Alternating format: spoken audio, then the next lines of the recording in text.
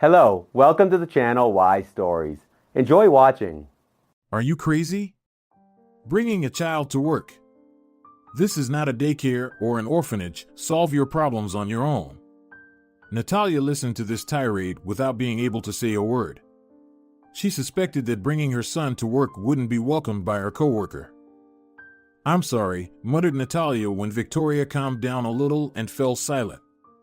"You know that I have no one to leave Adrian with. Teodora is sick, and I can't take my son to kindergarten with our schedule. I had no choice but to bring him here." Victoria gave the little boy such an icy glance that he shrank back and hid behind his mother. "Is he sick?" the woman asked suspiciously. "But I guess there's no reason to ask. Children always get sick, and I don't need a runny nose and cough right now. I have vacation in a week." "My son is not sick," Natalia said calmly. "And he won't bother you. You won't even notice him. Right, Adrian?" The boy nodded. He looked so scared at Victoria that Natalia felt sorry for him. Leaving him in the company of an angry coworker was cruel, but she had no other choice. She needed to clean the rooms on the second floor. But she couldn't take her son there. The homeowner might notice the uninvited guest and fire her. Natalia had worked so hard to get this job, and being fired would be the final blow. She sat her son down by the window at the table where Laura the cook usually chopped salads. She gave him a drawing album, colored pencils, and smiled. "Be a good boy and don't make noise. Don't disturb Victoria while she works, and I'll be back soon. Can you draw our cat for me?" "Yes," the boy whispered. "That's my boy," Natalia said. Adrian seemed so frightened that it was clear he wouldn't move or make a sound in his mother's absence to avoid this woman at the sink getting angry again. Natalia glared at Victoria, wondering why she couldn't be a little kinder to the child. Whatever faults Natalia might have had, taking out her anger on the boy was wrong and simply foolish. How unfortunate that Laura had taken the day off. The elderly cook would not have tormented the child and surely would have found something to keep him occupied. Victoria scrubbed the sink with such force that it seemed she wanted to wear a hole in it. Natalia waved to her son and left. She had to finish her work quickly and return to the kitchen. The woman felt that this wouldn't end well. On that day, she began cleaning with an unprecedented enthusiasm, first vacuuming the room of the homeowner Salvador. Natalia always cleaned this room first because it made her feel as if she were in a tomb. The burgundy wallpaper made the room seem cramped and stuffy, the heavy curtains didn't let in any sunlight, and as she passed by the photos on the table, Natalia averted her gaze. The people in the photos had long been dead, Salvador's wife and children. Without looking, Natalia wiped the dust off them and hurried away. Sometimes she felt as if Salvador's relatives blamed her for their deaths, and if she thought about it, they were right about something. Natalia finished cleaning Salvador's room, then moved on to his son's room, and tiptoed past the study where the homeowner was working. She could finish with the second floor and move on to the first, while also checking on Adrian and Victoria.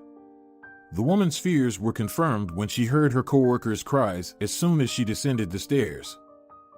"You clumsy oaf. You can't leave him alone for a second. Why did you climb up there?" Natalia quickened her pace and almost ran into the kitchen just in time. Victoria hovered over the boy like an angry fury, and from Adrian's expression, it was clear that he was about to burst into tears. "What happened?" Natalia exclaimed, running to her son and shielding him from her coworker. Victoria gave her an angry glance. "Don't you see it yourself? He broke a glass.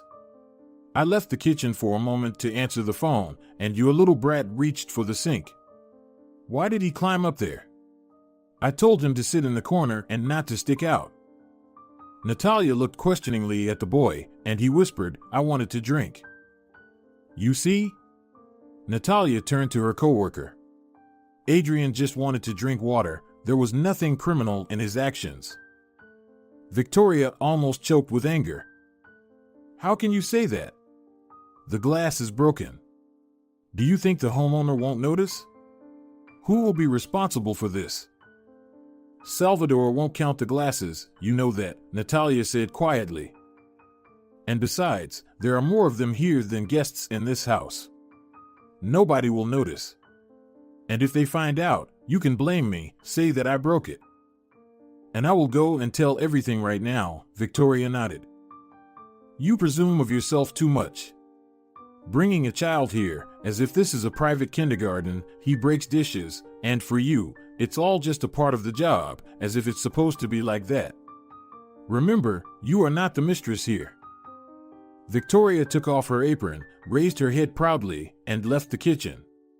Apparently, she was going to carry out her threat. Natalia sadly looked at her son. Well, we got caught, Adrian. I'm sorry, Mom, the boy muttered. Natalia patted his head. Don't worry, it's okay. Not everyone has to deal with such a mean caregiver, so you're my hero. Sit here quietly as a mouse for a little longer, okay? I want to see where she's going. As Natalia feared, Victoria went straight to the homeowner's office, where the man was going through some work documents. Salvador, may I come in? Victoria's voice instantly changed and became affectionate, as it always did when she addressed her boss. Sure, the man dryly said. Natalia waited for her coworker to disappear into the office and approached the door. She understood that eavesdropping was not good, but she could not help herself. Two fates were at stake, hers and her son's. Salvador, I have an important matter to discuss with you. You see, it has become impossible to work in this house. Why is that? Am I being too messy? Or did Sancho do something? No, of course not. Victoria exclaimed hastily. It has nothing to do with you. You are the perfect boss, and Sancho is the ideal assistant. I am talking about Natalia. Who is Natalia? Asked Salvador irritably. Victoria, you know, I don't have time to solve your riddles, I have to work, he replied to Natalia. Natalia, your housemaid, said Victoria in a complaining tone. And what did she do? Asked Salvador. She brought her son into the house, said Victoria.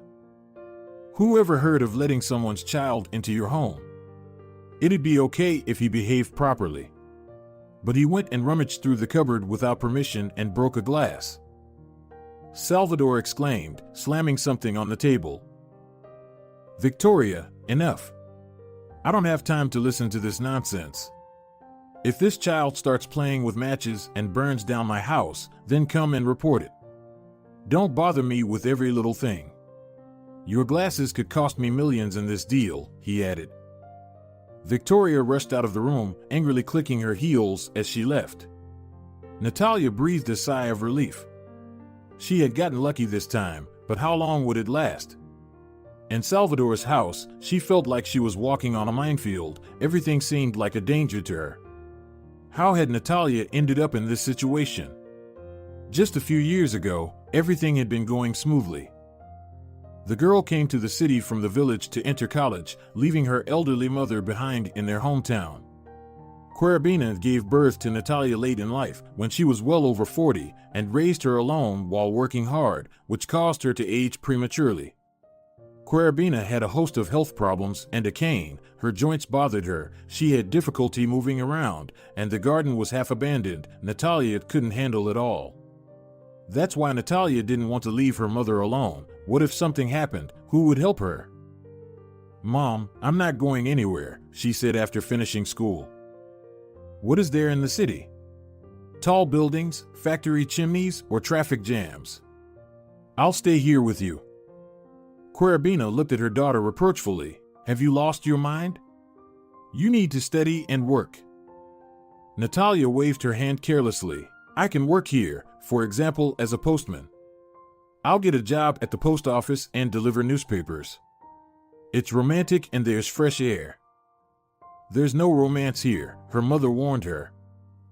Walking in the cold and mud on the streets. Yes, everything turns into a swamp after the first rain here. And how long can you walk with a mailbag if the village is dying? The farm closed, the poultry farm will soon close too, everyone will move away, there will be 5 houses left with old people, and you won't be needed with your mail. Remember my words. Mom, you're a pessimist, Natalia sighed. What am I supposed to do, in your opinion? Leave you here as the ultimate traitor and disappear? The city isn't that far away, Querubina said calmly. It's only an hour's drive. I'm not that old yet to need a caretaker. I don't need it. You'll study in the city and come to me on holidays, and weekends too if you want. But why are you upset as if we're parting forever? Persuaded by mother and her trickeries, the daughter was convinced to go to the city. Natalia did well in school, was considered one of the best graduates, and staying in the village with her abilities was just foolish. Querubina believed that her daughter was born for something greater than just existing in the village and tirelessly urged her daughter to change her mind.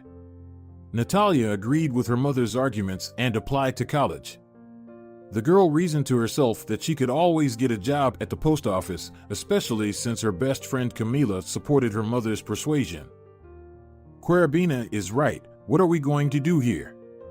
The girl said, shaking her head disapprovingly. There are only old people left in the village. Even the cultural center is closed, and there's no library because there's no one to work there. And where will you find a fiancé here? Will you marry an old man? Natalia just laughed. What fiancés, Camila? What are you talking about? I'm thinking about which field of studying should I choose, and you're already trying to marry me off. I don't have time for that now. A young girl always has time for the stuff like this, Camila argued seriously. And where else, if not in college, you can find the great guy? You won't find that in school or at work anymore. You have to seize the moment. Natalia couldn't say that these conversations about guys inspired her. In the village school where she studied, there were no princes or knights, and Natalia herself was a modest girl who didn't wear bright makeup and wasn't surrounded by suitors. The only one who paid attention to Natalia was Sabino, a shy straight-A student who was always immersed in books and talked about higher matters. Camila laughed at him. And what did you find in him? She asked her friend. He's not a guy, he's a walking encyclopedia. It's so boring with him, you could die of boredom, she said. Natalia shrugged. I'm not planning to marry him, we're just friends. Really? I heard Sabino calls you his girlfriend, like it's serious between you two, Camila said. These news turned out to be quite unpleasant for Natalia. She couldn't stand when people gossiped behind her back, and coming up with such nonsense was sheer madness. However, Sabino continued to behave as usual, not bothering her with his courtships, only pretending to be a walking encyclopedia. He talked to the girl about space, told her about his future plans, and said he intended to become an academic. Gradually, Natalia calmed down. Maybe the guy didn't say anything like that. Perhaps her friend had just gotten it all mixed up. Whatever the case, it felt familiar and calm to be around Sabino, like a comfortable old shoe that's easy to walk in. Natalia continued to talk to him as an old friend, and everyone was happy. She wasn't looking for any other relationships. She came to the city to study, so romance could wait. The most important thing for Natalia was not to disappoint her mother, Querubina, who had placed so much hope in her. Natalia enrolled to study economics with a secret hope to eventually return to the village and take over from the aging Gabina in accounting. Her best friend, Camila, was by her side, and they were even given a room in the dormitory for the two of them, which seemed like a real miracle. Sabino, on the other hand, enrolled to study biology and settled in a different dormitory, much to Camila's obvious relief. He's neither fish nor meat, she muttered one day, watching the guy leave. You should just blow him off. He's not going to bring you any good, Camila said. It's awkward, Natalia mumbled. I've known him since childhood. We grew up on the same street, Camila said. And now you've grown up, said Natalia. He should find himself some geeky girl with glasses and talk to her about higher matters. He's like some old man who doesn't know how to have fun.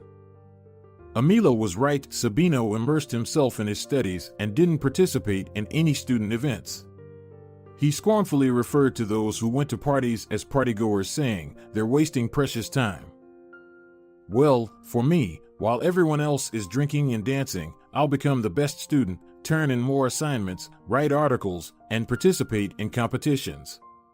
The teachers will notice me, and then it's not far to graduate studies, right, Natalia? The girl muttered something vague in response. She didn't drink alcohol and only went to parties to keep her friend company, but she wasn't willing to study tirelessly. Sometimes, after a hard day of preparation and writing numerous papers, when Natalia's head was spinning with numbers and calculations, she just needed to relax a little, forget for a while that she was a diligent student, and feel like a young girl. Camila eagerly helped her with that.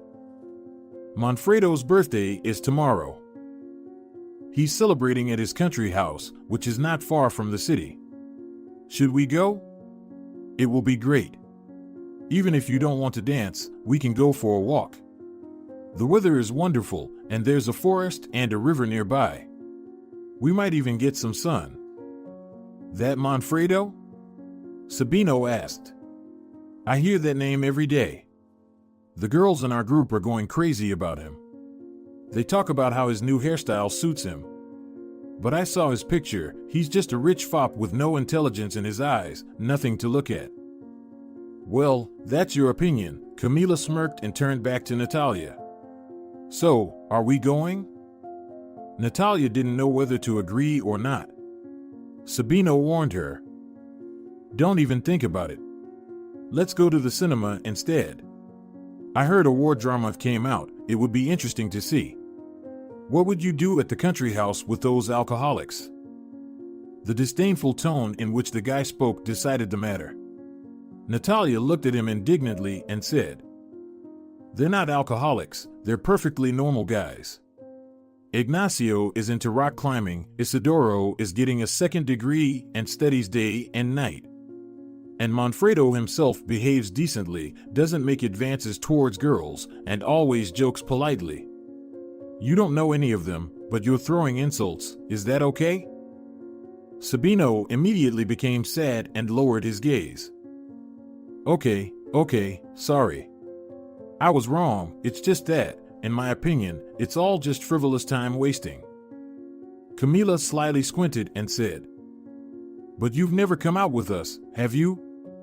So, I invite you. You'll go to the country house, have fun, and get to know the guys. There won't be anyone to get to know, Sabino shrugged. That's not true, Camila shook her head. By the way, Victor Alvarez is also going. Alvarez? Alvarez? Is it the dean's relative? The guy became interested. His son. See how useful it is to go to parties. You can make good connections, friendship for life. You're right, Sabino nodded with enthusiasm. Well, I should probably go then. So, tomorrow, right? Thanks for inviting me, girls. I'm gonna go now, I need to finish my coursework. Bye for now, the guy said, walking away with his funny bouncing gait that always made Camila laugh. Natalia looked at her friend disapprovingly. Why did you invite him? You said yourself he's a bore. Well, with such bores at parties, things get more fun, Camila winked at her. Don't worry, we'll go there and you can pretend like you don't know him. But that's not nice, Natalia hesitated. I'm afraid your friends might bully him. Well, that's news, Camila laughed. You said yourself that all the guys there are decent, who would bully him? If Manfredo starts joking around, there will be hell to pay for pool Sabino. Anyway, they won't kill him there, Camila shrugged. Don't worry so much. Besides, you can see he's happy, he can't wait for the dean's son to call him his best friend. Let's give him that chance, shall we? They drove to the summer house in Patricia's car, one of their friends. It was a small foreign car. Sabino was the only guy in the company and was annoying everyone terribly. He kept complaining about the cramped space, stuffy air, and claustrophobia. Listen, nerd, Camila abruptly interrupted him. Then you should have gone on feet, she said sharply. The guy didn't understand the joke. 20 kilometers? Are you crazy? Then don't complain. You wanted to meet Victor Alvarez? What's the problem then? Deal with it. Sabino looked at Natalia sitting next to him and let out a heavy sigh. I came only because of you, he whispered. The girl forced a smile. Of course, Sabino, I understand. They arrived at the party as some of the first guests, when people were just starting to gather. Manfredo came out to meet them, and Natalia handed him her gift. Here you go, birthday boy, the girl gave him a small box and smiled. Happy birthday, I hope you like it. Thank you, the guy nodded. I'm sure I will, a gift from such a beautiful girl simply can't be bad. The host of the party stepped aside to greet other guests, and Sabino asked jealously, What was that? What did you give him? Camila rolled her eyes wearily. Calm down, Sabino, there was no gold or diamonds in there, just an ordinary Netsuke. Netsuke? He asked, confused. It's a Buddhist figurine. Manfredo collects them, everyone knows that. So we bought one to give him a nice present. You have nothing better to do.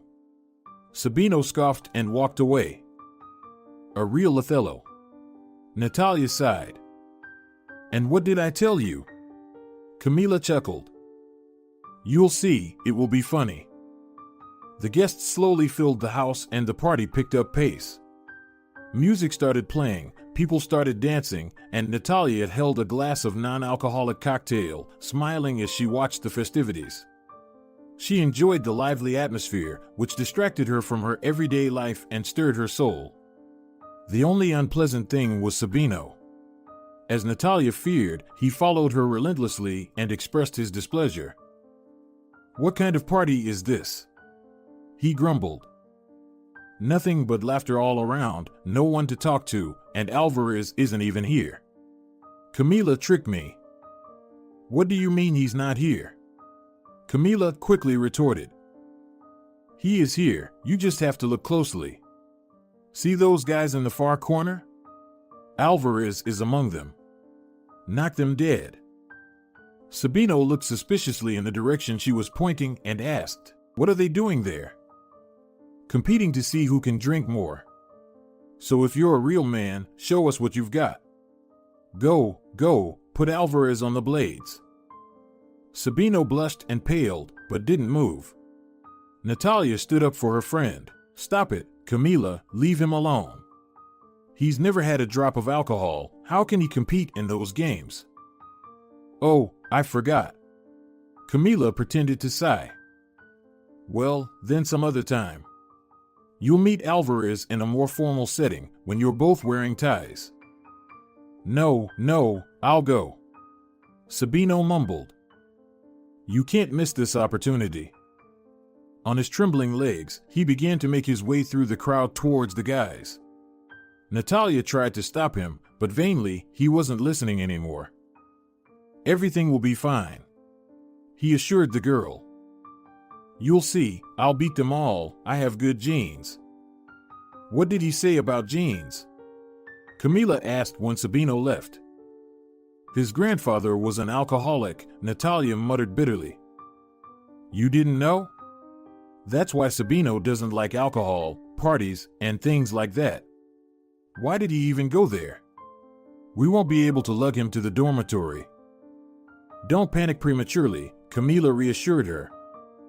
If what you say is true about his grandfather, then Sabino should be able to handle it, Natalia observed anxiously. She watched Sabino closely, while Camila tried to convince her to dance. But Natalia had lost all desire to have fun. We shouldn't have started this, she muttered. Camila finally gave up on persuading her. Okay, I won't try to convince you. If you want to dance, you know where to find me. Natalia absent-mindedly nodded her head. The scene in the corner of the living room captured all her attention. The guys easily accepted Sabino into their circle, and he stupidly grinned, mumbled something, and clearly tried to get Alvarez's attention. Natalia felt disgusted watching this. Didn't Sabino have any pride? What about his endless speeches about how he would achieve everything with his mind and become an academic? Was it all just talk? Sabino drank one glass, then another, and a third. The audience encouraged him, and Sabino could barely stand on his feet, bowing to everyone like an actor after a performance. Natalia tried to break through to him, to take him outside for some fresh air, but then stopped herself. Didn't he choose all of this himself? Natalia felt utterly disappointed. It was already getting dark outside. She wanted to be as far away from this crowd, this celebration as possible, and even better, in her own bed with her mother by her side. There was silence in the room, and there wasn't a single drunk and rowdy guest around. But all of this was just her imagination. Who would take her home, or at least to the city? Patricia was lost in the crowd, and Natalia didn't know any other drivers. And you wouldn't ask someone to take you when the party was in full swing. Wanting to distract herself, the girl went down to the garden and started wandering among the trees. The green landscape calmed her down, gave her a sense of security, and Natalia felt like she was at home. She felt good here, leaned against a tree, and closed her eyes. The girl had already decided that she could survive this night, but her peace was short-lived.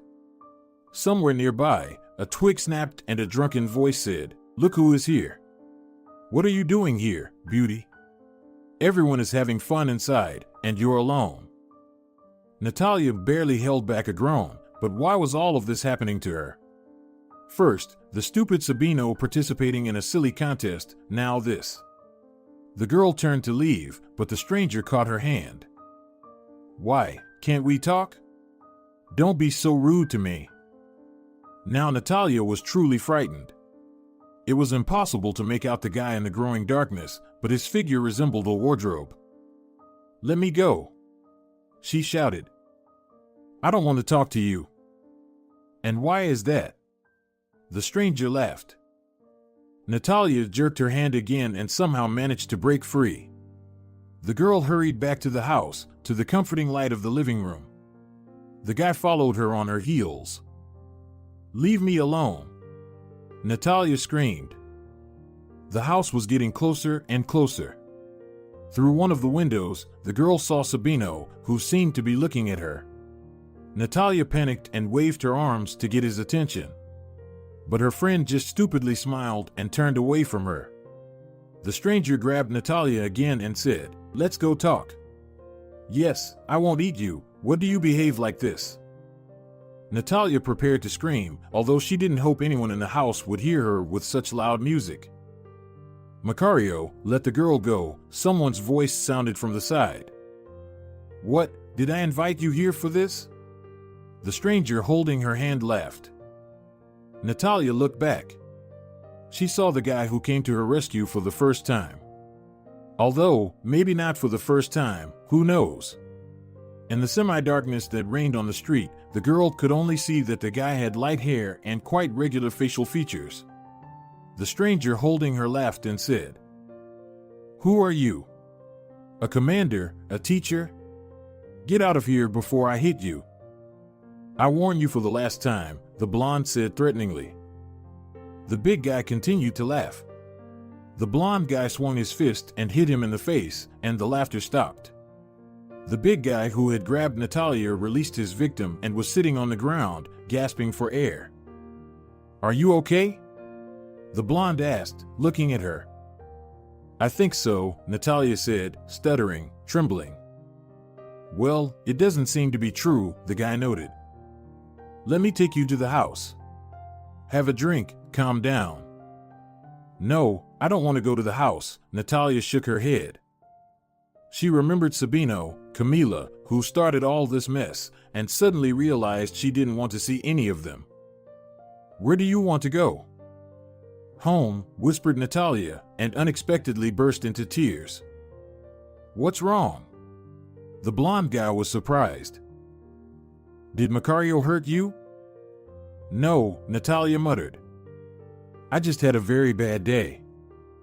"I can relate," the guy nodded. "I have those days too. So, shall we leave? Are you tired of being here too?" The girl was surprised. "You can't imagine how much," the blonde guy nodded. "Besides that boy Macario, Manfredo, and a couple of other people, I don't know anyone here." So, I don't see the point in staying. Natalia smiled shyly. Then let's go. The boy took her to the outskirts of the cottage community, where many guests had left their cars. The guy's car made an impression on Natalia. She didn't know much about cars, but it was obvious at first glance that it was a foreign car and an expensive one. I feel awkward getting into this car, she said modestly. It's all good, the guy reassured her. Even Macario used to ride in it, although after what he did today, he won't anymore. Do I need passengers like him? Is he your friend? Natalia asked. The blond boy shook his head. If only. He's my brother's friend. My brother asked me to take Macario with me, saying he's depressed and needs to entertain. Well, surely he's having fun, as you saw. I've been running after him like a nanny all evening, dragging him away from bottles and girls. Thanks for coming and saving me. By the way, my name is Natalia, and yours? Natalia asked. Natan. Sorry, I didn't introduce myself earlier. I was annoyed, he said. They got on the highway, and for a moment, Natalia lost her ability to speak, but then she pulled herself together and squeaked. Why are we going so fast? What, too fast? Natan was surprised. Not the word, the trees on the roadside are smeared. Slow down please, it's very scary, said Natalia. Natan slowed down and apologized. Sorry, I didn't know. I always drive like that, it's a habit. Are you a racer? Stuttered the girl. Something like that, the guy smiled. I don't like to live quietly, always rushing somewhere. You have to seize every moment, otherwise life will pass by unnoticed, said Natalia. I think if you drive like you do, life can end even faster, Natalia admitted. It's very dangerous. And life is a dangerous thing in general, Natan winked. Whatever you choose, you'll still die in the end. So why be afraid of death and think about it prematurely? You're a philosopher, noticed the girl. But let's talk about something more pleasant. You know, in the darkness and after what happened, conversations about death don't warm the soul. Agreed, the guy said. Then tell me about yourself. Who are you? Where are you from? And how did you end up at today's party? You know, I was very surprised to see you in the garden. While everyone was having fun and dancing, you were alone and went into darkness. Don't you like big crowds? The girl pondered for a moment and confessed, No, I think it's because I grew up in a village. There was an abandoned house nearby, and the neighbors across from us only came in the summer. In such an atmosphere, you get used to the quiet, and all that noise just becomes unnecessary. Natan nodded. I feel the same way. Not in the sense that I live in a village, but after our mother's death, my father became completely closed off, and we hardly ever have guests in our house. So I got used to the silence. I even drive without music. Why do you need music when there's the wind outside? They talked about such things all the way. Natalia was completely charmed. She had never had such easy conversations before. Their thoughts on completely different things completely coincided. Sabino never agreed with her. On the contrary, he always argued and proved his point. Camila called all these lofty conversations nonsense. Unexpectedly, she found a person to talk to at a random party, with whom it was easy and simple, without choosing words and convenient topics for conversation. She couldn't sleep that night, even though Natan dropped her off at the dormitory around 11 o'clock.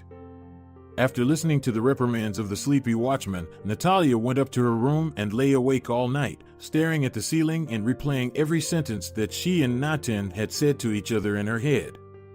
And in the morning, just as she had finally managed to doze off, the door burst open, making Natalia jump in bed. Camila was standing in the doorway. There she is, said the friend angrily. I called her and was going out of my mind with worry, and she was sleeping. Do you know that Sabino and I called all the hospitals and morgues? The guys searched for you in the forest all night. Sabino was still able to look for someone? Natalia muttered sleepily. Don't joke like that, Camila admonished. He sobered up immediately when he found out you were missing, she continued. But when he saw a drunk guy harassing me from the window, he immediately turned away, Natalia said, hugging her knees. The girl remembered the events of the previous evening and shuddered again. How could everything have ended if Natan had not appeared? A drunk guy? Camila's tone immediately softened, and she looked at her with fear. You're scaring me. Tell me more about what happened. I got tired of being in the house. I wanted to get some fresh air, Natalia said. I went out to the garden, decided to take a walk, and a drunk guy started bothering me. He grabbed my hand, wanted to take me somewhere. I started screaming. And did he get scared? Camila asked. Not really, Natalia smiled wryly. He didn't think twice about it. He only stopped when another guy made him. Natan came and saved me, and I left with him to the city. Natan? Camila asked in surprise. Interesting to know. Do I know this Superman? Which group is he from? I don't know, Natalia shrugged. We didn't talk about studies. It seems like he's graduating from university next year. That's all I know about him. Then what did you talk about? My dear, I don't recognize you. The Natalia I know was obsessed with education. She would have asked about the guy's education first and what his favorite subject is. So, it seems like there's no such girl anymore. Natalia smiled. Well, you never cease to amaze me, dear. Camila smiled back and began to tell details about last night's party. Sabino also wanted to meet the girl when he found out she was safe, but Natalia refused to meet with him. I don't want to see you again or talk to you, she said, offended. You put on that performance with alcohol. Want to say you beat everyone? That's a great achievement. And then, when I needed your help more than ever in my life, you turned away and went laughing with your new buddies. What's that called? What are you talking about? Sabino was surprised. When did I turn away from you? Natalia understood from his face that he didn't remember anything that happened. Maybe he didn't even see her in the darkness of the garden. But she couldn't back down now. The anger towards Sabino didn't want to subside in her soul. It's over, she said. And don't follow me around and teach me how to live. Yesterday I saw that all your lessons are worthless. You don't even follow them yourself. So sorry, we're not friends anymore. I can't stand two-faced people. And no matter how much Sabino apologized to her, even almost crying, Natalia couldn't forgive him. She tried, but every time the scene with laughing Sabino in the window, the traitor who left her in such a dangerous moment, appeared before her eyes.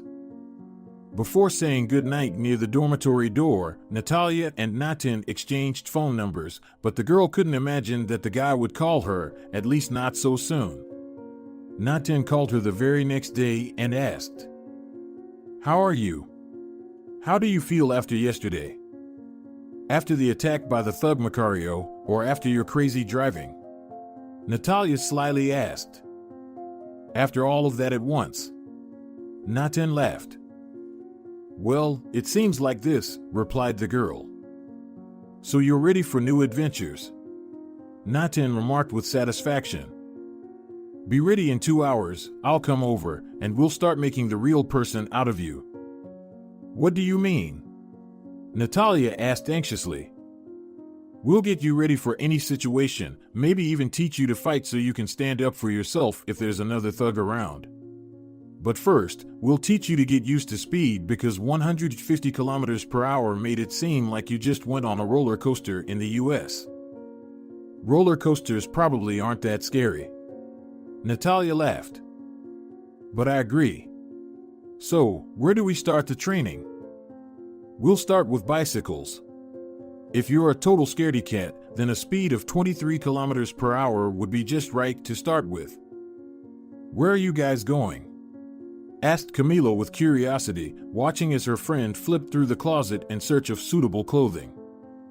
Biking. Natalia answered from the depths of the closet. Well. Camila shook her head. You haven't ridden a bike since you were 10, if I'm not mistaken. Apparently, this guy has really caught your attention if you're willing to take such a risk. Natalia wasn't really afraid. In her understanding, riding various scooters, bikes, and skateboards was quite an extreme entertainment that should be avoided. But for the sake of being with Natan, she was willing to do anything. They arrived at the waterfront and rented a couple of bikes. At the sight of these two-wheeled monsters, which seemed bigger than they actually were due to her excitement, a shiver ran down Natalia's spine. Natan gave her a brief instruction Natalia didn't remember a word of, and he looked at her attentively. Can you handle it? The girl confidently nodded. After all, they say that once you learn how to ride a bike, you never forget. Although, if she remembered how many times she fell due to her carelessness, it happened again now. At first, Natalia rode quite well and even gained speed, enjoying the warm wind. But then, as soon as she lost her vigilance, she fell down. Worried, Natan abandoned his bike and ran to her. Did you hurt yourself? Nah, the girl said, grimacing. Just scraped my knee a bit, but it hardly hurts. Just scraped it? Exclaimed Natan. You have a real battle wound here. Take my hand, get up, and let's go patch you up. She felt safe holding his warm hand as he escorted her to the car, apologizing nonstop and making Natalia feel embarrassed. Well, it's my fault. I got distracted by a funny pug that some girl was walking. I should have paid more attention to the road, she said. But the whole idea of going riding was mine, Natan protested. I definitely should have invited you to a cafe like all the normal guys do on dates, he replied. Natalia was both flattered and confused when Natan referred to their meeting as a date. All of her knowledge about dates was limited to long, tedious walks with Sabino, during which her childhood friend spouted off scientific facts. As they pulled up to Natan's house, Natalia's panic increased. I'm not going to go to your home, she stammered. Why not? Natan asked, surprised. Didn't we leave the promenade to get my wound treated? Natalia asked. Yes, but I thought we were going to the hospital, Natan explained. We'd spend 2 hours waiting there. Plus, my house is closer. Don't doubt, Senora Teodora knows more about bruises than any doctor. You'll be in good hands. Natalia wasn't familiar with Senora Teodora. But that wasn't what worried her the most. Going to a guy's house. Numerous warnings from Camila flooded Natalia's memory. Don't trust the first stranger, don't go anywhere with him, and God forbid, don't cross the threshold of his house. Natalia broke all these rules one by one and ended up not in an ordinary house, but in a real 3-story mansion. Natan's residence resembled a castle, but Natalia didn't feel like a princess as she stepped inside. She felt like Cinderella. She clearly didn't belong here. Senora Teodora, can I talk to you for a minute? Natan called out as soon as they entered the hall. We need you than ever, he added. Footsteps were heard on the stairs. I'm coming, a thin elderly woman said as she descended to the first floor. Seeing Natalia, she smiled warmly. Oh, we have guests today? What a surprise. Senora Teodora, these are not guests, this is a patient, Natan corrected her. Take a look at her knee, he added. The woman noticed the hole in Natalia's pants and chuckled her tongue. We need to treat the wound right away. Let's go to the kitchen. The girl followed the mysterious Senora Teodora. My name is Natalia, she introduced herself. Senora Teodora, the woman smiled. I'm a maid in this house. I've been working here for 20 years. I've known Natan and his brothers since they were kids, so I've become an auntie for everyone here. She treated the girl's wound with iodine and applied a neat bandage. Then she smiled. That's it, you can start running again. We weren't running, we were riding bikes, Natalia corrected her and sighed.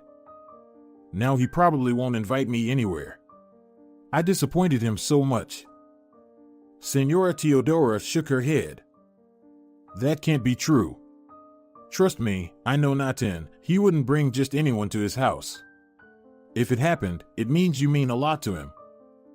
Really? The girl asked hopefully. Absolutely, Senora Teodora nodded.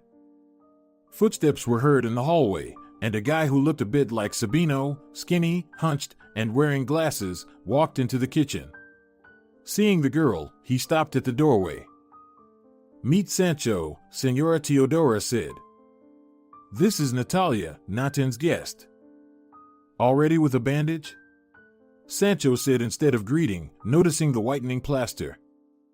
I fell off my bike, the girl explained, blushing. But you got on the bike at Natan's request, right? The guy clarified. My advice to you, if you want to live peacefully, stay away from my brother. You'll be safer, he said. He took a bottle of water from the fridge and left the kitchen. Natalia looked at Senora Teodora questioningly. What was that about? She asked. They don't get along, the woman sighed. Not since they were children. Why not? The girl was surprised. Senora Teodora shrugged. They're too different. Natan can't sit still and is always looking for adventure. Sancho, on the other hand, is a homebody who can spend a week in his room buried in books. They used to fight about it a lot when they were little, and nothing's changed now. Sancho just can't understand his brother. He's different, you know? Natalia didn't understand, nor did she want to be honest. She was in love, and no other guys besides Natan caught her attention. They continued to see each other, though without the extreme activities like biking or scootering. Natan had come to terms with the fact that Natalia wasn't a thrill seeker, but rather a bit of a scaredy cat. They went to the movies, visited cafes, and went out of town a few times when the weather was nice. Camila was incredibly envious of her friend. You're so lucky. So lucky, she would say. Such a car, house, and Natan's good looking. Not like Sabino. Everything's perfect, right? No, I don't need his money, Natalia blushed. I love Natan, whether he's rich or poor, it doesn't matter. Everyone says that, Camila waved it off. But having money is better, isn't it? Living in a big house is more pleasant than a small one. You can get away faster and farther in a fancy car, and so on. Natalia's face darkened. Her friend looked at her and became concerned. Okay, I didn't mean anything like that. I don't think you're one of those girls who will be with a guy just for money, Camila said. I believe you, Camila, Natalia smiled. Don't worry, something else is bothering me, Natalia continued. What exactly? Her friend asked. Are you going through troubles in your relationship that you haven't told me about? No, everything is fine in our relationship, Natalia mumbled. I'm just worried, you know, Natan loves danger, fast driving, and some trips to the mountains where, as he told me, they do rock climbing, she said. So what? Camila asked in surprise. Many guys are like that. Well, if we don't count Sabino, but that guy was always an exception to the rule, Natalia said. I understand, Camila nodded. But if something happens to Natan, I won't survive, said Natalia. What can happen to him? Camila was surprised. He's been driving for a while, and he doesn't go to the mountains often, at least not now that he's with you, like he's tied up. Don't worry unnecessarily. Deep down, Natalia acknowledged that her friend was right, yet continued to worry. Natan was in a rush to live, didn't take care of himself, and something bad could have happened to him. Natalia's premonitions didn't deceive her. Later, she blamed herself for bringing trouble to Natan with her fears. Camila assured the girl that she was not to blame, but it no longer mattered. It was impossible to change anything. The misfortune occurred on a gray November day when nothing good was expected anyway. From the early morning, Natalia tried to call Natan, sent him messages, but received no response. The girl was restless, fidgeting at her desk in the lecture hall, drawing the attention of the lecturer. "Go out into the hallway," he ordered, looking sternly at Natalia. "You don't seem interested in my lecture anyway." On any other day, Natalia would have started apologizing and looking for ways to stay in the lecture hall, but now she had other priorities. She was anxious to make sure her beloved was okay. Natalia's phone rang before she could leave the room. The lecturer launched another angry tirade, and the girl, closing the door behind her, answered the call in panic. "Hello, Natan, it's good that you called. I'm going crazy with worry. How is it?" She expected to hear Natan's soft voice, to which she had long grown accustomed. She would have even been glad if he called her a panicker or a coward. However, the voice that came from the phone did not belong to the boy. "Is this Natalia, Natan's girlfriend?" "Yes, who are you?" "Senora Teodora. I hope you remember me." Natalia's anxiety grew with each passing second. Why did the housekeeper call her? How did she get his phone number? "Where is Natan?" she asked, sounding frightened. "Why are you calling from his phone? What happened?" The woman hesitated. "There was so much commotion in the house today, I decided to do some unplanned cleaning to calm my nerves. And I heard a call in Natalia's room. It seems he forgot his phone at home, with 40 missed calls. You called again and again, I know, so I decided to call you back. In any case, someone had to do it, tell it to you. And who else but me? Natan's father never found out about you." "Tell me what?"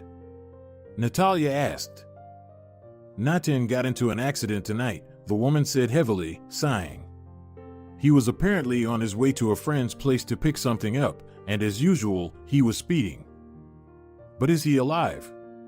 Natalia shouted. "I'm sorry, Natalia, but no," Senora Teodora murmured. "At that speed, no one survives. The car was crushed from the driver's side, and Natan died on the spot. He didn't even suffer." Natalia dropped the phone, her fingers weakened, she swayed, and sat down on a bench. A ringing sound echoed in the hallway, and Camila, who had jumped out of the office, rushed to her. "Well done," she shook her head. "You drove Pablo Velasco crazy. He kept remembering about you until the end of class. What happened? What did Natan say?" Camila noticed her friend's expression and faltered. "That wasn't Natan," Natalia muttered. "What do you mean it wasn't him?" Camila was surprised. "Do you think I didn't memorize the ringtone you put on his number? I memorized it by heart. Tell me, what happened?" "Natan died," Natalia said, feeling tears welling up in her eyes. "It was not Natan who called, but Senora Teodora. He's gone, Camila, you understand, he's gone." The whole story was simply horrible. Natalia couldn't imagine how to live on, but it was even worse that she couldn't even say goodbye to him on a real. No one except Senora Teodora knew that they were dating. Natalia didn't dare to come to the funeral. She found out from Senora Teodora where and when Natan's funeral would be held, and at the appointed time, she came to the cemetery and watched everything from afar. Life lost all meaning for the girl, and she didn't know how to move on. And a few months later, she realized she was pregnant. Camila almost choked on champagne when she heard the news. "Wow, what a New Year's gift," she muttered. "And what are you going to do?" "Give birth," Natalia simply replied. "Give birth?" Camila exclaimed. "Alone, without a husband?" "Yes," Natalia nodded. "Natan was brave, he wasn't afraid of speed or heights. I must be worthy of him. But even climbing a mountain 1,000 times is easier than giving birth and raising a child. You've certainly found some adventure for yourself." The worst part was explaining it to her mother. Querubina didn't try to dissuade her daughter from her decision, but it was clear that she was deeply disappointed in Natalia. She had expected her daughter to go to the city and achieve great heights, but she ended up being a single mother. "My daughter followed in my footsteps," Querubina shook her head. And what good is that to us? It's like a family curse. Despite the opinions of her loved ones, Natalia did not consider her future child a burden. On the contrary, she was glad that she would have some memory of Natan. And a little later, Natalia found her guardian angel, or rather met her at the market when she went there for fresh fruit. "Natalia, is that you?" Signora Teodora exclaimed in surprise, spotting the girl among the rows. "How are you doing? Oh my God, are you pregnant?" Natalia nodded. "From Natan?" the woman asked with a lowered voice. "Of course, Signora Teodora," Natalia smiled. "I always loved only him." "Oh my God," Teodora whispered again, seeming to have no other words left. She invited the girl to her home to have some tea and talk. Natalia eagerly went with her, needing to talk to someone who knew Natan as well as she did. Teodora came to his house when he was only 3 years old and treated Natan as her own son. He was such a mischief maker, the woman remembered, stirring her tea with a spoon. The whole house was in chaos because of Natan's pranks. Sometimes he played as a pilot, sometimes as a soldier. Sancho was more calm, always with his nose in books. He lost every game when he played with his brother. Natan was lively, but still a good and kind boy. If he broke something, he helped me clean it up.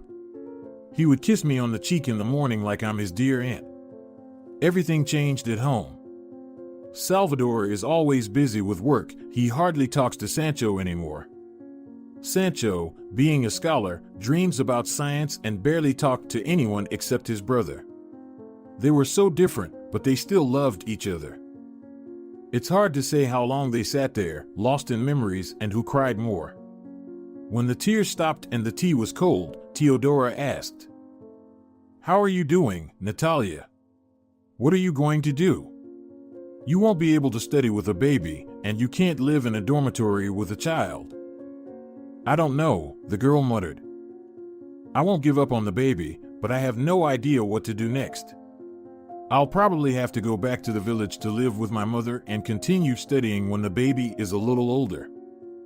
The woman shook her head. "You can't put off something like this for later.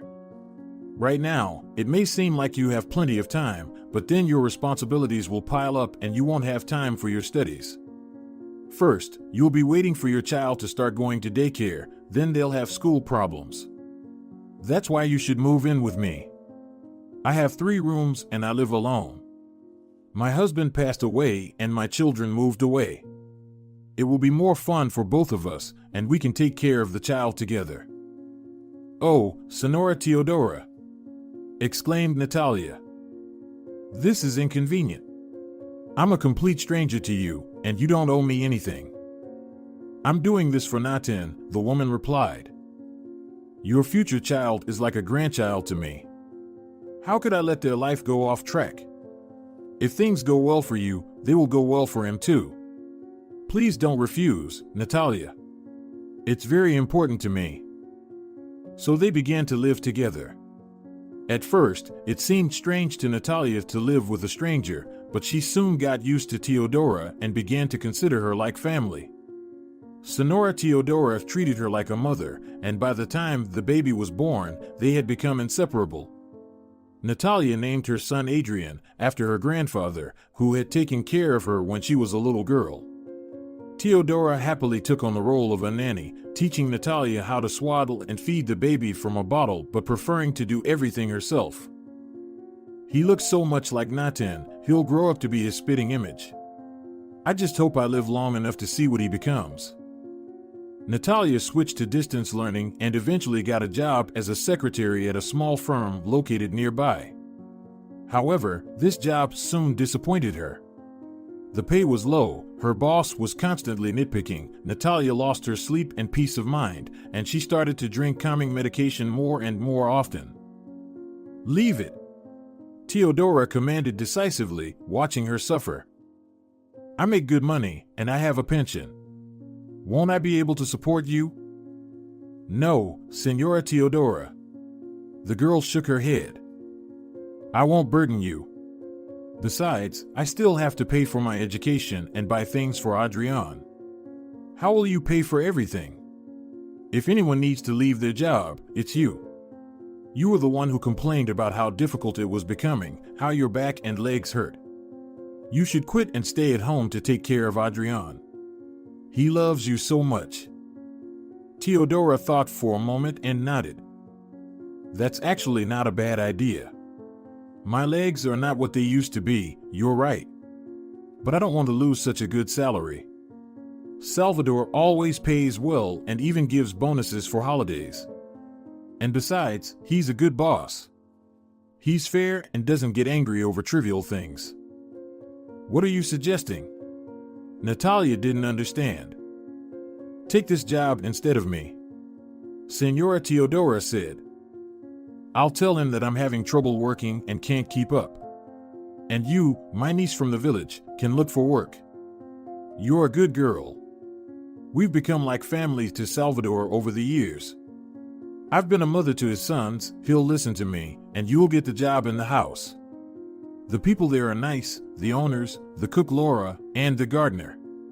Only Victoria, my partner, can be difficult, but you'll figure it out. Don't talk too much to her, pretend like all you think is work, and everything will be fine.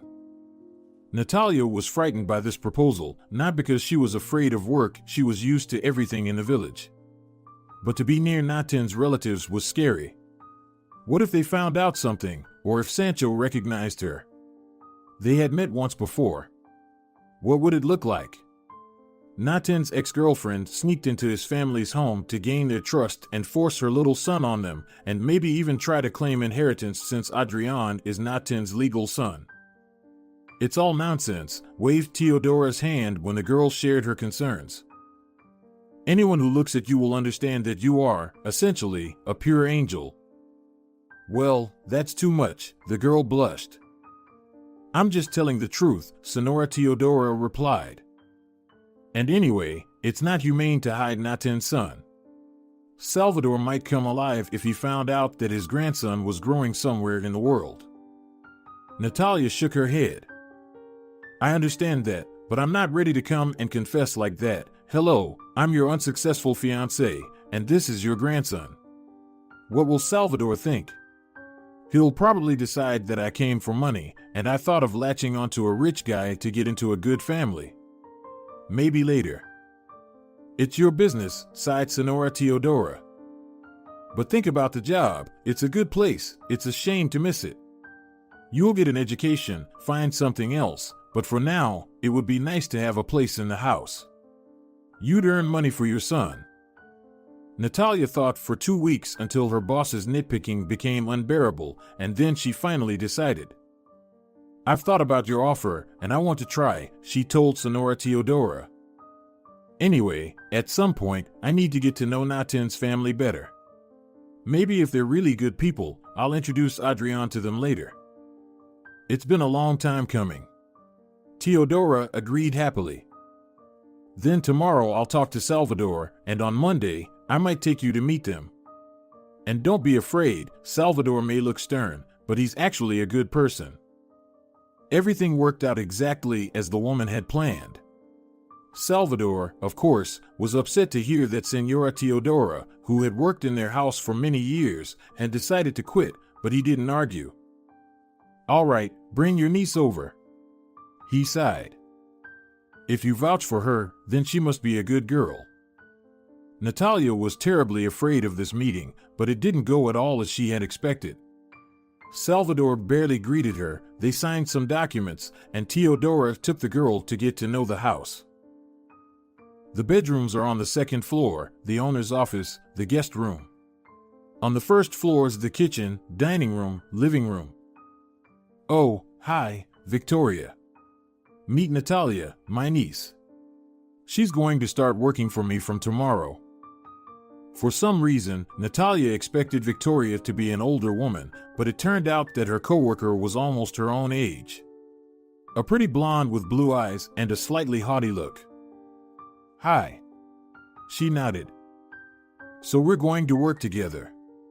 She didn't show any particular enthusiasm about the arrival of a new coworker. Yes. Natalia smiled.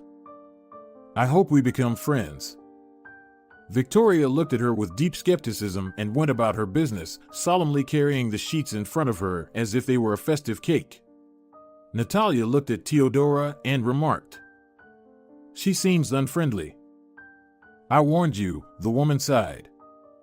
"Just keep in mind that Victoria has her eye on Sancho. I've been watching her and noticed it a while ago, so be careful." "Why should I be careful?" Natalia didn't understand. "I don't need Sancho, let them do whatever they want," she continued. "Whether you need him or not, only we know that," Teodora replied. "You know how jealous some girls can get. If she thinks you're interested in Sancho, it could get ugly. So it's better not to even get close to him. Your reputation is worth more. Just do your job honestly and that's it." "Don't worry about it," Natalia reassured her. "You know that I only have eyes for Adrian. I won't even glance at Sancho." The girl kept her word and immersed herself in her work. At first, Natalia was afraid of being exposed. But time passed, and nothing terrible happened. Salvador was really out of it from work, hiding behind his papers from the world, trying to forget his sorrowful losses. Sancho was increasingly disappearing into the institute where he taught and, on top of that, was studying in graduate school. He rarely came home, but when he did, Victoria was always there, right by his side. "What's new at the university?" she asked with a smile. "The dissertation is progressing slowly," Sancho replied vaguely. Natalia, who was sometimes present for these conversations, hid her smile. Victoria couldn't get into the university and didn't even go to a college because it was beneath her dignity. However, she spouted intelligent phrases, sometimes not even understanding their meaning. "I too would like to become a professor," she said dreamily, rolling her eyes. "Or at least a kindergarten teacher. I've always loved teaching children, raising them, preferably with affection. Why resort to yelling? Well, the students I work with in the lab are no longer like children. And you can't get by with just affection. I can't even imagine how I would gently pat the head of a thug who's taller than me." Sancho smirked. Natalia couldn't help but laugh at the image. Sancho smiled too. Victoria paled with anger, glancing from one person to another. "I just wanted to say that rudeness is not the answer," she corrected herself. "You need to teach with heart." When Sancho left the living room to work in his room, Victoria attacked her coworker. "Why are you laughing, you idiot? Did you decide to make me look like a fool in front of Sancho?" Natalia shook her head. "Of course not, Victoria, what are you talking about? I just imagined Sancho patting the head of some thug and couldn't help myself. I can't imagine him as a kind nanny." "You're a liar," Victoria rudely replied. "What, can't I see? You yourself have your eyes on Sancho and keep interrupting me with your constant giggling." Since then, Victoria had grown to dislike Natalia even more, constantly making snide remarks or simply giving her icy silence. By that time, Natalia had been working in the house for several years and should have grown accustomed to Victoria's unpleasant character, but the whole situation was still very upsetting to her. And then, to top it all off, Senora Teodora caught a cold. She had gotten caught in the rain, caught bronchitis, and was unable to care for Adrian. Natalia already knew that the idea of bringing her son to work would end in disaster. After listening to Victoria's conversation with Salvador and seeing that the storm had temporarily passed, Natalia returned to the kitchen and was surprised to find Sancho there. He was leaning over Adrian's album, enthusiastically drawing with a pencil. "Mama, we're drawing," the boy exclaimed happily. "I haven't done this in 100 years, Sancho admitted. "I just tried it now, and it turned out to be very fascinating. It's not for nothing that psychologists recommend art therapy." "It's very beautiful," Natalia said, looking at the drawing. "And what did you draw?" Adrian pointed to the crooked teddy bear. "That's mine, and Mr. Sancho drew the bunny," he said. Natalia flinched when she heard it, but Sancho just grinned. I've always drawn like a chicken scratch. You probably wouldn't even be able to tell whose drawing is whose in real life, right? He said. Etiquette rules demanded that Natalia politely lie and say that Sancho was the best artist in the world, but instead she smiled. Well, you certainly won't be the next Ivazovsky. But that's probably for the best. I can't stand academic painting, she said. Victoria looked into the kitchen, but when she saw Sancho next to her coworker, she glared and stormed off. What was that about? Sancho asked. Don't pay attention to her. She's just not in the mood today, Natalia mumbled. She felt down at the thought of how much longer they would bicker like cats and dogs. Sancho looked at his watch. Anyway, I have to run. I'm giving an important presentation today, and a bunch of professors are gathering. My fate pretty much depends on this performance, he said. Good luck, Natalia nodded, speaking completely sincerely. She liked Sancho and felt that under different circumstances, they could be friends. Sancho reminded her of Sabino, a similarly intelligent scholar, only more refined and sophisticated. At least Natalia couldn't imagine a situation where Sancho would start drinking for a bet. For a while, the house was quiet and peaceful.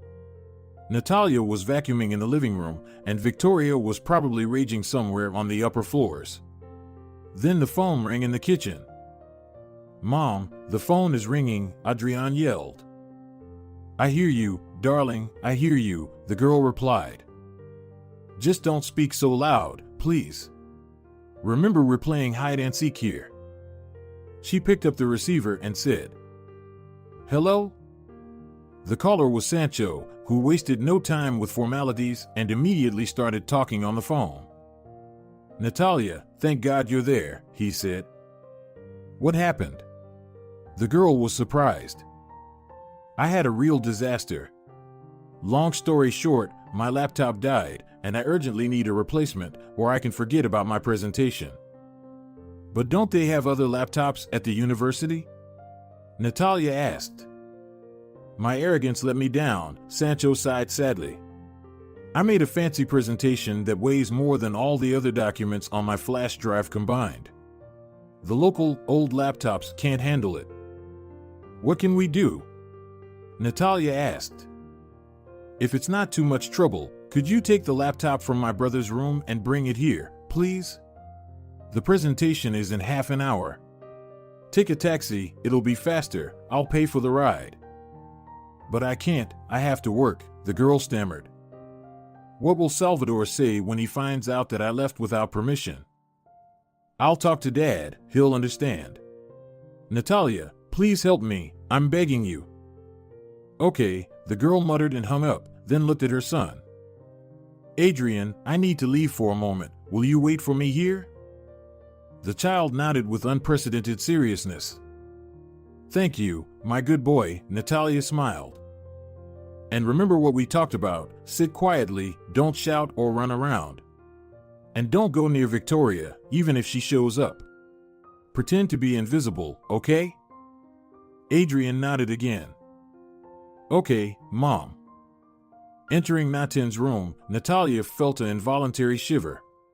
She rarely cleaned up here, there was no need to make the bed or water the plants, yet every time Natalia crossed the threshold, it seemed to her that the room's owner was alive and about to appear from around the corner and smile absent-mindedly at her. The laptop was lying on the table, vainly awaiting its owner's return. Natalia grabbed it, held it to her chest, and after a few moments of hesitation, rushed out onto the street. She mentally urged the taxi to go faster and asked the organizers to wait a little and start the event a bit later. An agitated Sancho was waiting for the girl on the street. I owe you, he said gratefully. Thank you, Natalia replied as she watched him go before getting back into the taxi.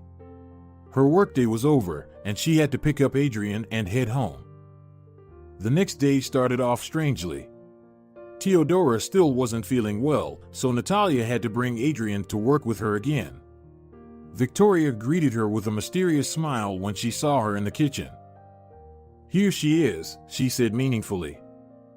Natalia didn't understand what she meant and silently walked past her. Sancho was the next to appear. He also came into the kitchen for some reason and stopped dead in his tracks, as if he was seeing Natalia for the first time. "Hello," Natalia smiled. "How did the presentation go?" Sancho nodded. "Good," the guy replied. "Thanks again for your help." Contrary to habit, he didn't stay to chat with her.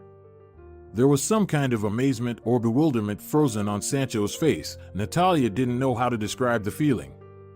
During lunch, Salvador summoned her to his office. "With your son," Victoria added with a sinister smile. Natalia walked into the owner's office with her son and had no idea what the conversation would be about. Were they going to punish her for bringing her child into the house? But nothing bad had happened. Adrian hadn't broken anything, made any noise, or misbehaved. Why would Salvador punish her? The man was sitting at his desk in his office as usual. Natalia walked in with her son by her side. Victoria remained standing next to her. Salvador looked at her, not sternly, but tiredly, and asked, "Is there something you want to tell me, Natalia?" The girl shook her head. "Seems like not. So, what's the matter? Are you mad that I brought a child to your house?" "Not really," the man muttered, not even glancing at Adrian. "Just that every day there are new and interesting rumors about you." "I told Salvador that you took the laptop from Nathan's room," Victoria said happily, "and ran away with it from the house. Can you explain what that means?" Natalia was ready to laugh with relief and was about to answer, but Sancho spoke first. "I'll explain," he said, entering his father's office and standing next to Natalia. He looked seriously at Salvador and said, "Dad, this girl used to be Nathan's fiancée, and her son is your grandson. If you don't believe me, look at the boy yourself. He looks like my brother and your son." Victoria looked shocked, as if she had been doused with a bucket of water. Natalia looked at Sancho in amazement. "How did you find out?" she whispered. "From the laptop," Sancho replied. "More specifically, from the photos I found on it. There was a huge archive, and I was digging through it yesterday after I read the report. I wanted to calm my nerves, but ended up getting even more shocked. You were the girl with the scratched knee. And how didn't I recognize you right away?" They looked at Salvador, waiting for him to say something. The man was looking at Adrian, and tears were slowly rolling down his cheeks. "He looks like Nathan as a child," whispered Salvador. "He's the spitting image of him." Everything ended well.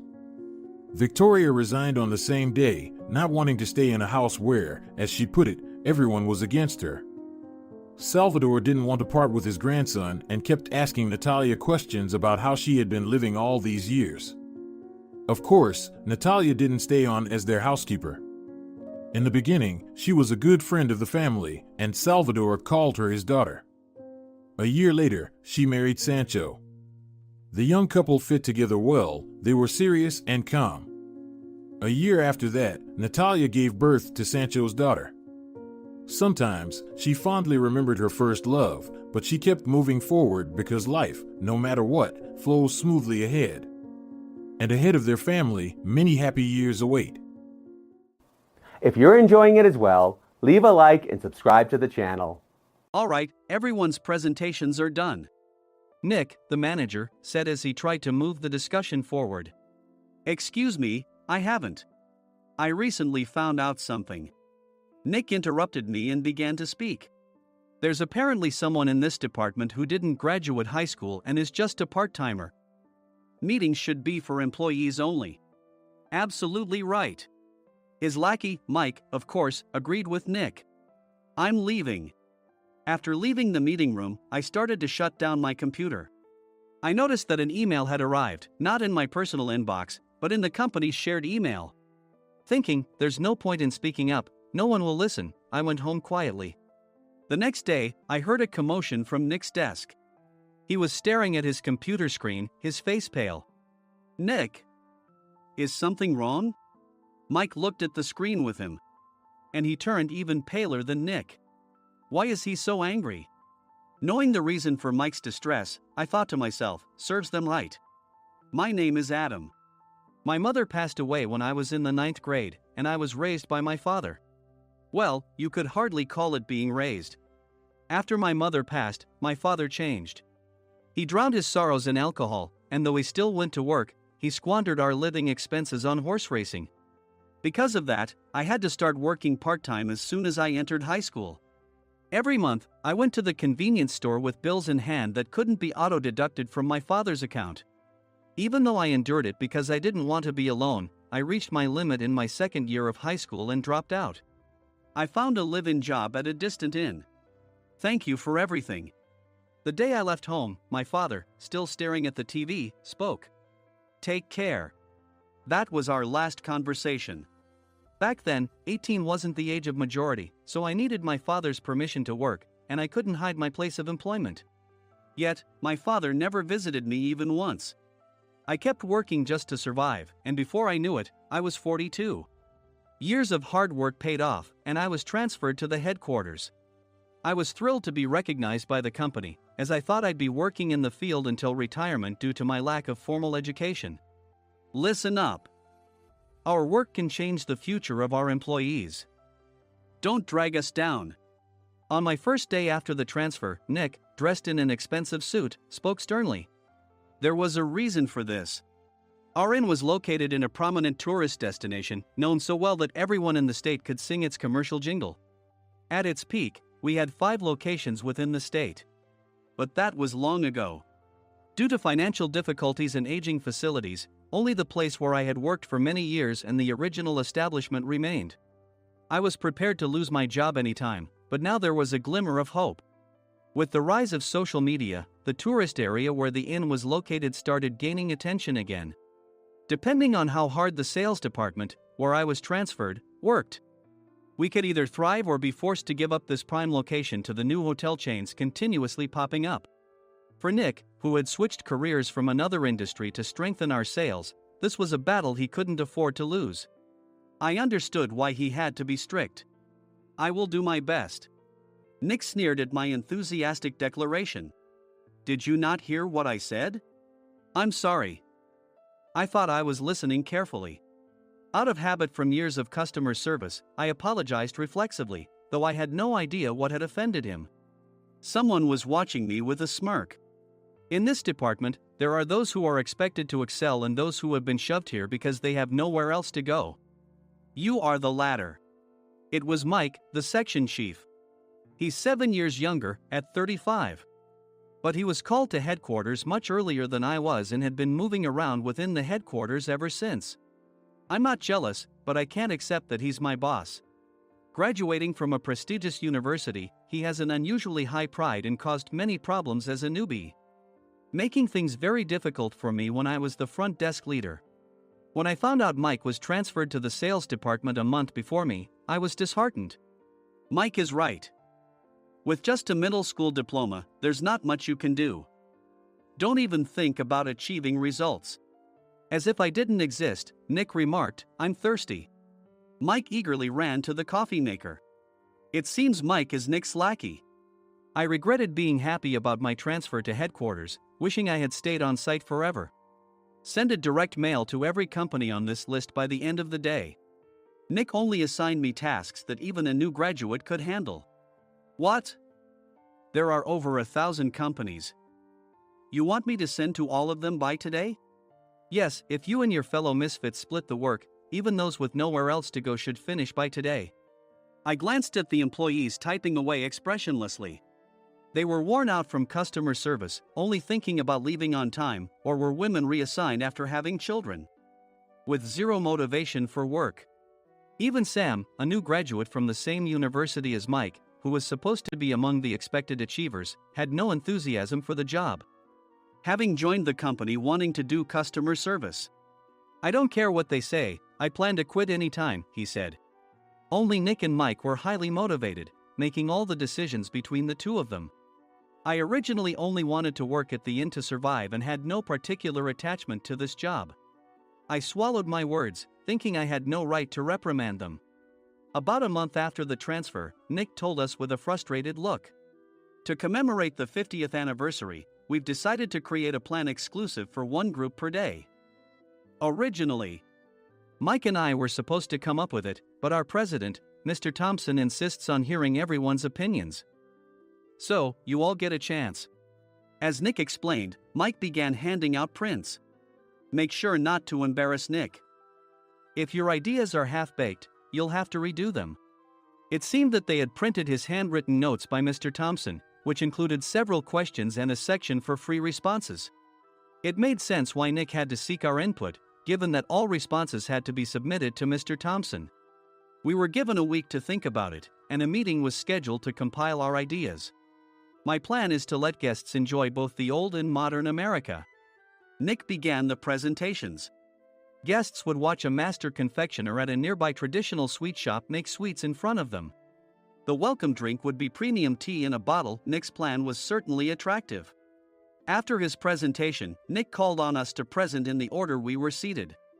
Just as I stood up for my turn. All right, everyone's presentations are done. Excuse me, I haven't. I recently found out something. Nick interrupted me. There's someone in this department who didn't graduate high school and is just a part-timer. He was likely talking about me. I joined the company as a part-timer and was made a full-time employee when I turned 20. That was 20 years ago, so Nick and Mike probably had no chance to know until recently. Meetings should be for employees only. Absolutely right. After that, Nick kept creating opportunities to solicit everyone's opinions, purposefully excluding me from speaking. The meeting unexpectedly heated up and went past the scheduled end time. A few people asked to leave, and the discussion continued with the remaining few. Still here? Normally, you'd leave in that situation. Though I had no attachment to the job initially, hearing kind words from customers made me want to make them happier. For someone like me, with nowhere to go, the inn was my home and customer service was my life. I felt pathetic about my current self. I'm leaving. I left the conference room and started shutting down my computer. I noticed an email had arrived, not in my personal inbox, but in the company's shared email. Thinking no one would listen to what I had to say anyway, I quietly went home.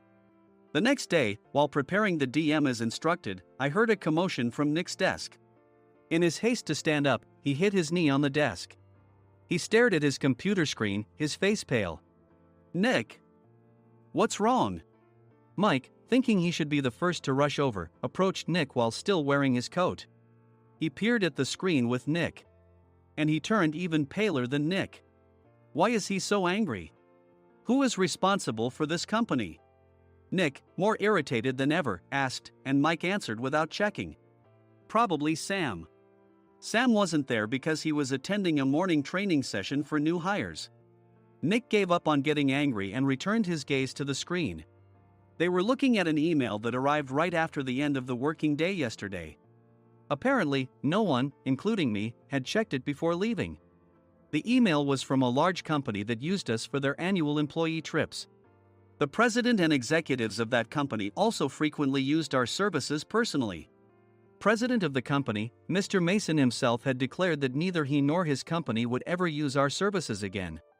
Well, some companies cancel their employee trips or stop using our services due to financial struggles. Let's just move on. Mike kept wiping the sweat from his forehead with a handkerchief. Knowing why Mike was so agitated, I quietly watched their interaction. Do you know how much revenue we get from that company? We can find other guests to fill the rooms, but we'll lose the banquet costs, gift shop revenue, rental car fees, and more. Moreover, the gifts were supposed to be prepared by the traditional confectionery shop involved in Nick's proposed plan. If it's known that we incurred such a huge loss at this critical time, Nick's position in the company would be jeopardized. Nick took a deep breath, seemingly trying to calm himself. All right, Mike. Go to New York right now and apologize to Mr. Mason. What? You're coming with me, right? I have urgent work to do. I trust you, which is why I'm entrusting this to you. Please. Mike, believing Nick's sincerity, agreed with a determined look on his face, saying, yes. That's Nick for you. Even if Mike went to apologize, Nick would shift all the blame onto him if the client didn't change their mind. Well, it was Mike's fault to begin with, so it served him right. About 3 hours later, Sam answered a call from somewhere and repeatedly apologized, saying, "I'm very sorry." Everyone watched to see what was happening. After ending the call, he informed Nick with a weary tone. When Mike arrived at the client's company, he only made things worse, further infuriating Mr. Mason. He was demanding, "Get his boss here immediately." It was no wonder Sam was exhausted, dealing with such a call right after returning from training. "What is that idiot doing?" "All right, Adam, you're coming with me. If sacrificing Mike didn't work, then I must be next." Normally, I'd want to refuse at all costs, but I saw an opportunity in this situation. "If I can be of assistance, I'd be happy to join you." I obediently followed Nick, and we flew to New York. When we introduced ourselves at the reception, it became clear how serious the situation was, as the receptionist personally escorted us to the president's office. Angry voices leaked through the door, making both Nick and me uneasy. "Excuse me. I'm Nick, the supervisor. I understand my subordinate has caused you trouble, and I deeply apologize." Nick, with his experience in the corporate world, knew enough to offer an apology before excuses. However, his customer service skills left much to be desired. I sighed as I saw Mike trembling like a small dog in the corner of the room. "What kind of training are you giving your subordinates?" Mr. Mason glared at Nick with a red face.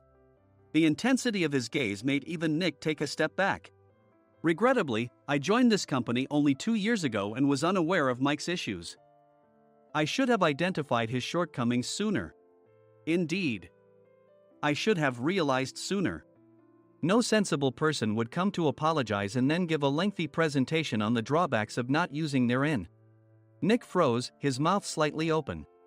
Suspecting the worst, I picked up the documents that had fallen to the floor. It seemed Mike hastily prepared these documents on the plane, listing the disadvantages. Disadvantage 1: if you change the venue for the company trip, employees might suspect it's for cost-cutting reasons, leading to a negative impression. Reading it aloud half-jokingly, Nick snatched the papers from my hand and checked the contents with a furious expression. Among the stack of documents was a receipt from a nearby convenience store's copy machine. I felt a pang of dread, hoping he hadn't shown the receipt as well. What do you think he said when I asked what kind of nerve he had to do this? "I'm very sorry." Faced with the dire situation, Nick must have thought there was nothing left to do but apologize.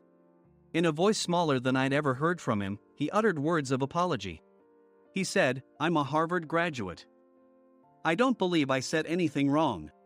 "Mike, what have you done?" Forgetting his plan to pin the blame on Mike, Nick yelled loudly, even in front of Mr. Mason. "I didn't do anything wrong." "You're still saying that? Look at him." Mike pointed at me with a shaking hand. "I was assigned to headquarters in my 20s and now I'm a section chief.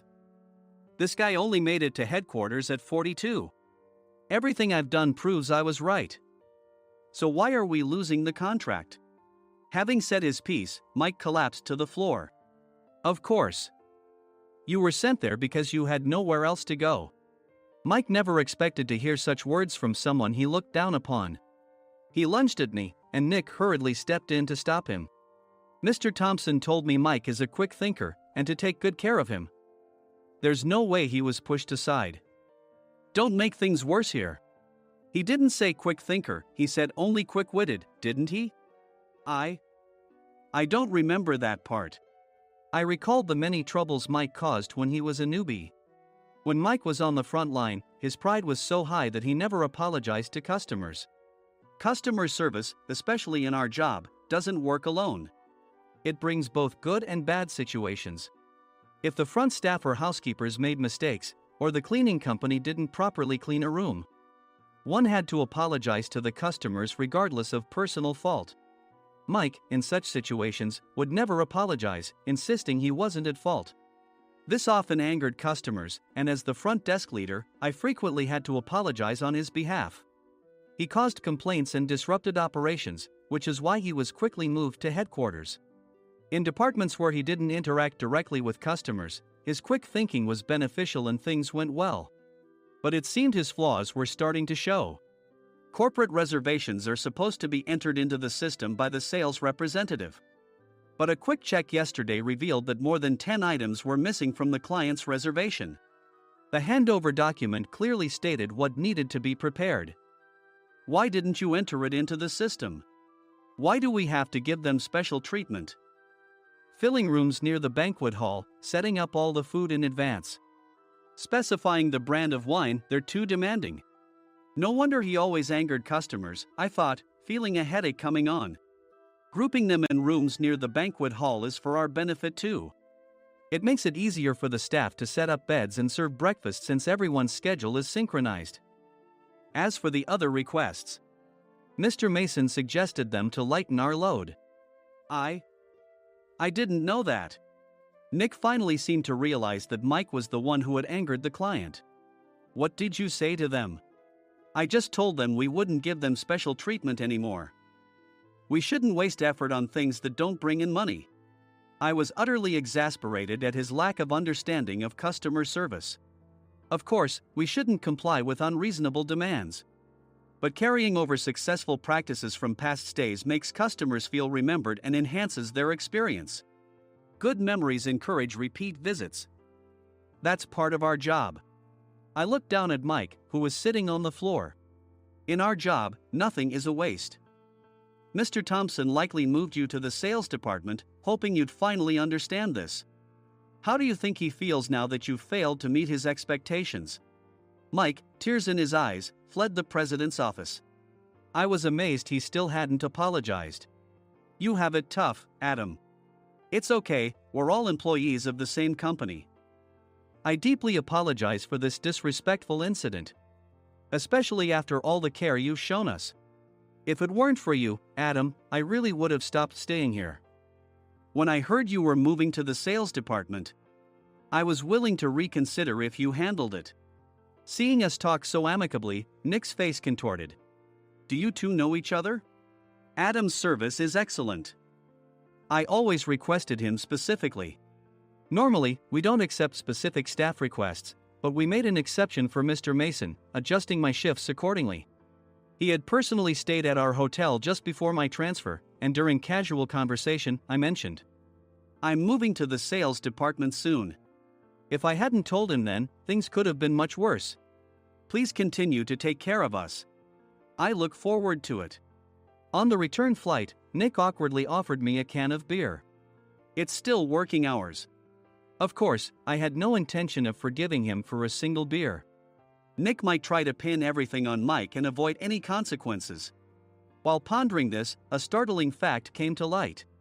Nick, the tea bottles for the plan have arrived. I handed Nick a bottle labeled with our inn's name. They look good. What are you talking about? These are plastic bottles. I had assumed we would use the trendy, high-end bottling tea. But what arrived were ordinary plastic bottles of tea with customized labels. The only unique aspect was the label, which had the inn's name, making it look customized. Upon further investigation, I discovered that a substantial amount of money was set to be paid to the tea company. It was priced like bottling tea.